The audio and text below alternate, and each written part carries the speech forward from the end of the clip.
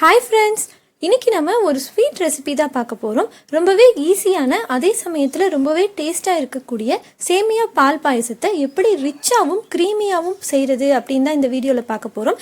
நீங்கள் நம்ம சேனலை இப்போ தான் ஃபர்ஸ்ட் டைம் பார்க்குறீங்க அப்படின்னா ப்ளீஸ் நம்ம சேனலை சப்ஸ்கிரைப் பண்ணிக்கோங்க. பக்கத்தில் இருக்க பெல் ஐக்கானை கிளிக் பண்ணி ஆல் அப்படின்னு கொடுத்துருங்க. இப்போ நம்ம எப்படி செய்யலாம் அப்படின்னு பார்க்கலாம். ஃபர்ஸ்ட் ஒரு பேனில் 2 டேபிள் ஸ்பூன் நெய் சேர்த்து நெய் சூடானதும் இப்போ நான் ஒரு 10 முந்திரி பருப்பையும் 5 திராட்சையும் எடுத்து வச்சுருக்கேன். அதை கோல்டன் ப்ரௌன் வர வரைக்கும் நல்லா வறுத்தெடுங்க. திராட்சை உப்பி வர வரைக்கும், அதே மாதிரி முந்திரி பருப்பும் கோல்டன் ப்ரௌன் கலர் வர வரைக்கும் வறுத்தெடுத்துருங்க. இப்போ அதே பேனில் இன்னும் கொஞ்சம் நெய் சேர்த்து நான் 3/4 கப் சேமியா எடுத்து வச்சுருக்கேன். இது ரோஸ்டட் சேமியா தான், இருந்தாலும் நம்ம சேமியாவை இந்த மாதிரி நெய்யில் வறுத்துட்டு பாயசத்தில் சேர்க்கும்போது பாயசம் ரொம்பவே டேஸ்ட்டாக இருக்கும். ஸோ இந்த மாதிரி நீங்கள் சேமியாவை நெய்யில் வறுக்கும்போது ஸ்டவ்வை சிம்மில் வச்சுக்கோங்க. ஸோ சிம்மில் வச்சுட்டு மெதுவாக இந்த நெய்யில் சேமியாவை வறுத்துட்டே இருங்க.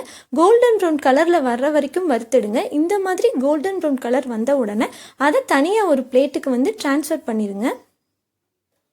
இப்போ ஒரு பாத்திரத்தில் ஏற்கனவே வறுத்து வச்சிருக்கிற சேமியாவையும் சேர்த்து இப்போ சேமியாவை வேக வைக்கணும். அதுக்கு நம்ம எப்போவுமே தண்ணி ஊற்றி தான் வேக வைப்போம்.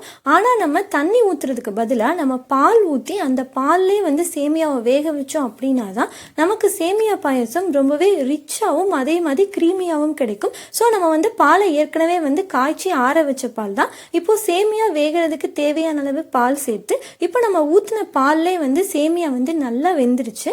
இந்த டைமில் நம்ம என்ன பண்ணலாம் அப்படின்னா, நம்ம எடுத்து வச்சிருக்கிற பாலில் பாதி அளவு பாலை சேமியா கூட சேர்த்து நல்லா கலந்து விட்டுருங்க. கலந்து விட்டு அதை கொதிக்க விடுங்க.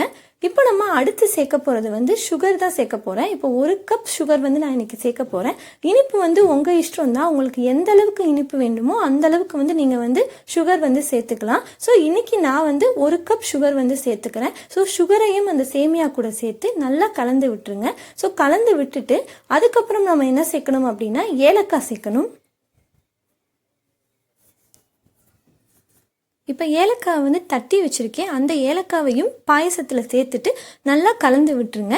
இப்போ கலந்ததுக்கு அப்புறமா நம்ம எடுத்து வச்சிருக்கிற மிச்ச பாலையும் பாயசத்தில் சேர்த்து நல்லா கலந்து விட்டு கொதிக்க விடுங்க.